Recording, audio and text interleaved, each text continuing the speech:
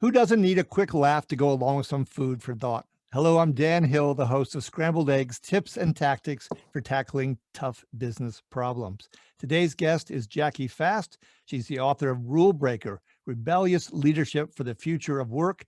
She is the founder of the venture capital firm Sandbox Studios, which invests in celebrity-owned brands and has worked with the Rolling Stones, Red Bull, Zoom, Formula One, Virgin, Alliance, and Universal Music. So Jackie, you've been given 5 terms and a diabolical definition for each from my new book, Blah, Blah, Blah, A Snarky Guide to Office Lingo. There's a little truth in every joke. Of those 5 options, please read aloud your favorite and explain why you chose it.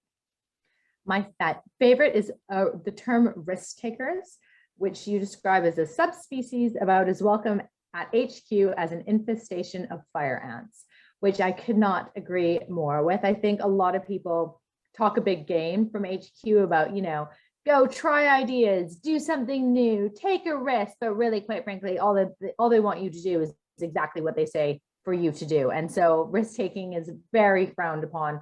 I think corporates are slightly starting to understand the value of people that think outside the box. Which is kind of a nicer way of saying it rather than rule breakers, which is how I refer to them. But yeah, it's definitely not a welcome trait.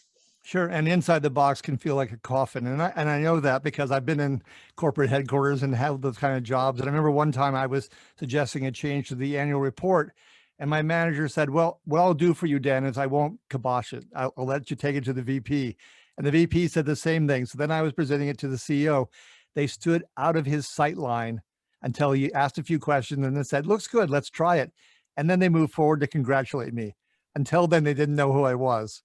Yeah. Yeah. So completely. That's how it is that's actually my definition. The book is crowdsourced, but that's my definition. And it comes from that specific experience, quite honestly.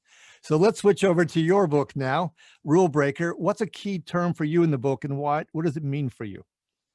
Well, I mean, let's talk about rule breakers, just because it follows on really well from risk takers. And for me, rule breaker, especially in the context of the future of work, is really looking at everybody's career path and kind of expecting. I think a lot of people are disenfranchised with their, I want to say lives, which is a really big statement, but I think specifically their work lives.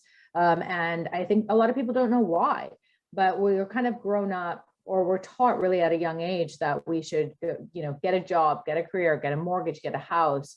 And it's really left people kind of filling in the clock, and nobody's really asking children, what is it that you're passionate about? What is it that you care about? It's always, what do you want to do? What do you want to do when you get older? Not like, what do you care about? And I think when we start like looking at the things that we care about and start aligning, really happier, but more so than that, I think you'll inevitably be much more successful. Okay, you cut out there for about 15 seconds. So, so the first part of the interview went well, but if you can maybe let's do that one again. Yeah, so let's do the rule breaker over again, and I'll just alert my person to look for the glitch. Do we need it to be shorter, just because it's social media? Well, I think the whole thing, my aim is that it'll be about 5 minutes. Okay. So I'm not trying for the Instagram 1 minute, obviously, okay. But we are, so go as long as you need to. I've had some people be quite succinct. I've had a few people really got impassioned, and I wasn't going to cut them off. Okay, sounds good. So I guess, yeah. Go ahead. No, yeah, start with the question. Yeah. So now it's your turn. From your book, Rule Breaker, what's a key term for you and what's the significance? Well, I guess the big key term is rule breaker in and of itself. I think we're starting to understand and starting to believe that breaking the rules is a positive thing, especially in the corporate world.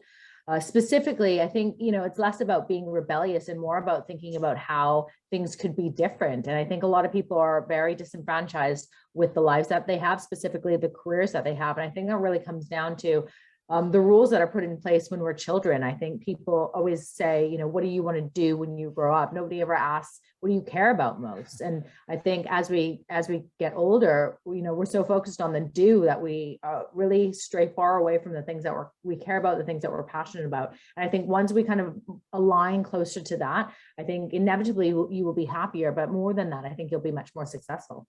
Oh, I love that answer. What do you care about versus what you're merely going to do? And since rule breaker can be a good thing, and obviously some people think it's a bad thing, what's a good tip or tactic for how you can make sure they understand its value? I mean, I think it's less me. I think it's more like look around you. The people that you find are incredibly successful aren't working 9 to 5 corporate jobs. They've really, Steve Jobs and his way about Apple, like, all of the people, Elon Musk, everybody that a lot of people really look up to, especially from an entrepreneurial standpoint, have all broken the rules. Richard Branson's another great one. I think that isn't a coincidence. Okay. So I want to thank you so much, Jackie. This has been episode number 14 of Scrambled Eggs. I'm your host, Dan Hill, and the author of Blah, Blah, Blah, A Snarky Guide to Office Lingo.